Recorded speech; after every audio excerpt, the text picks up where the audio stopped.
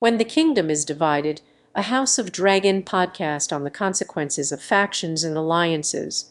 When the Kingdom is Divided, a House of Dragon podcast. Hello and welcome to today's episode, where we'll be diving into the world of Game of Thrones and exploring the complex web of alliances, factions, and power struggles that shape the fate of the Seven Kingdoms. As fans of the show, we've all witnessed the devastating consequences of a divided kingdom.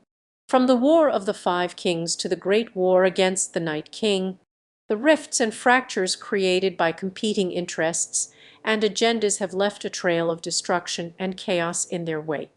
One of the most insidious effects of factionalization is the erosion of trust and unity among those who might otherwise stand together against a common enemy. When players begin to prioritize their own interests and ideology over the greater good, the very fabric of their alliances begins to fray. Take, for instance, the conflicts between the Stark, Lannister, and Baratheon clans during the early seasons of the show. These once mighty houses, united in their determination to survive and thrive in a treacherous world, became increasingly entrenched in their own squabbles and rivalries, leaving them vulnerable to external threats and domestic strife. A fractious kingdom can also lead to a culture of Machiavellian politics, where pragmatism and expediency take precedence over principle and empathy.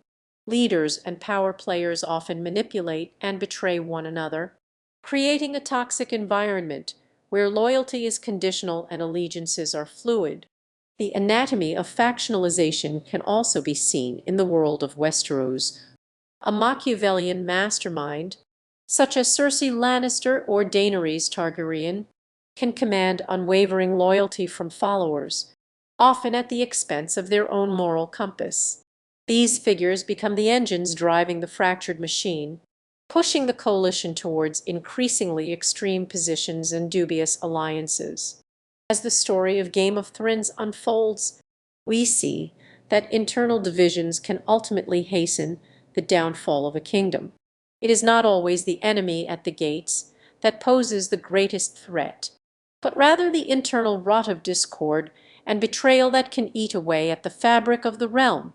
In our next segment, we'll be exploring the parallels between the world of Game of Thrones and our own modern-day societies, and how the lessons from Westeros can inform our understanding of the impact of factionalization and discord on the global stage.